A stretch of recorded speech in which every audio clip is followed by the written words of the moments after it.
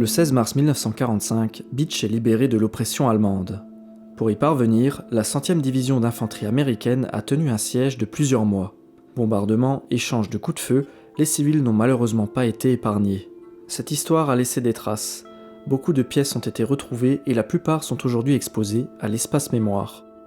Ces 2 fragments de vaisselle sont les témoignages du passage des civils dans le bastion numéro 1 de la citadelle pendant les bombardements de décembre 1944.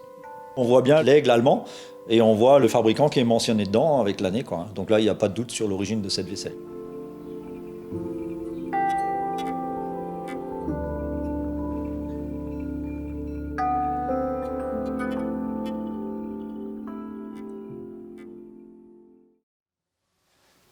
Le 6 décembre 1944, les unités de la 100e division US sont aux portes de Bitche.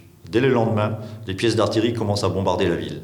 Les habitants, ne se sentant plus en sécurité dans leur cave, décident de venir se mettre en sécurité ici même, dans la citadelle ou dans le fort Saint-Sébastien.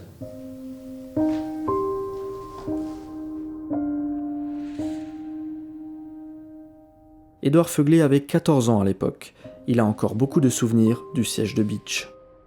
Nous étions confinés dans notre cave sur la route d'Haspelshit dans un grand immeuble. Et le dernier jour de l'année 1944, à 3 heures après-midi, un obus a traversé la fenêtre du rez-de-chaussée et a explosé dans la cave, 2 morts, 5 blessés.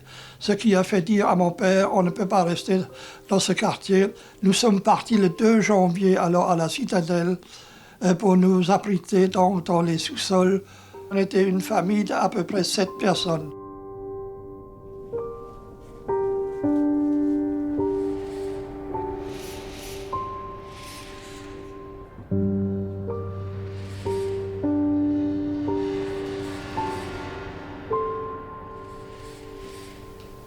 Le bastion est composé de 8 salles, sur 2 niveaux.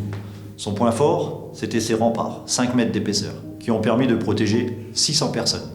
Son point faible, c'est qu'il est situé côté Le Légeret, là où se trouvaient les positions américaines. De ce fait, il a été victime de nombreux tirs, les Américains ne sachant pas que les civils s'y étaient réfugiés.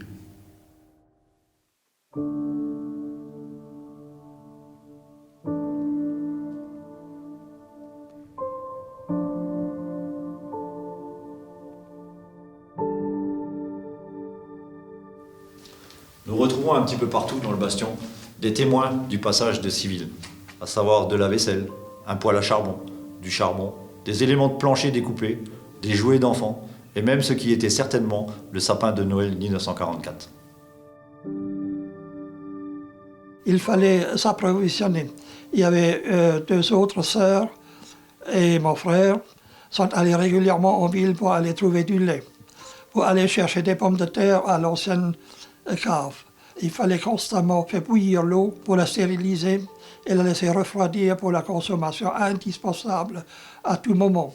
La vie était très difficile.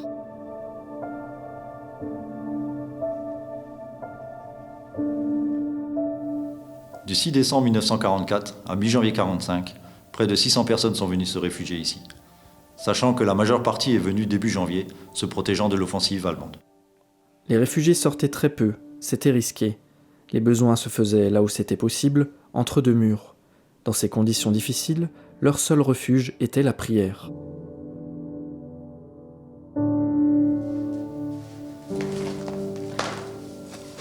Les premiers arrivés ont eu le choix de s'installer ici, sur ces paillasses de fortune, dans un espace cloisonné, beaucoup plus confortable que ceux qui se trouvaient au niveau inférieur.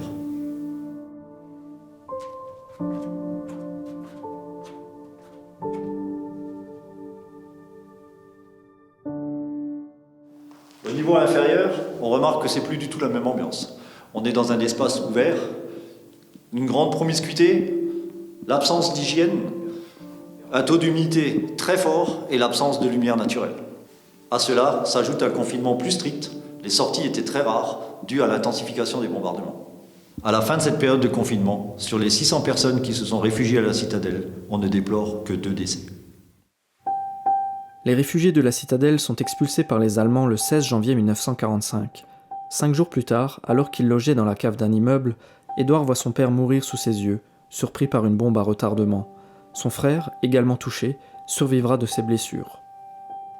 Après la guerre, Édouard s'est mis à peindre. Certains de ces tableaux sont des souvenirs marquants de cette époque, comme celui-ci, Le Dernier Chemin, une histoire vécue peu de temps après le confinement à la citadelle. Nous avons vu un jour, vers le 25 ou 30 janvier, défiler un grand nombre de soldats allemands, des adolescents. On a eu mal au cœur de voir des jeunes gens de cet âge habillés en militaire. Le manteau qu'ils portaient était trop grand pour eux, lourdement chargé. Et ils sont partis vers le Chișec pour affronter sur le plateau les Américains, mais qui avaient là le champ libre de les tirer comme, malheureusement, des petits lapins.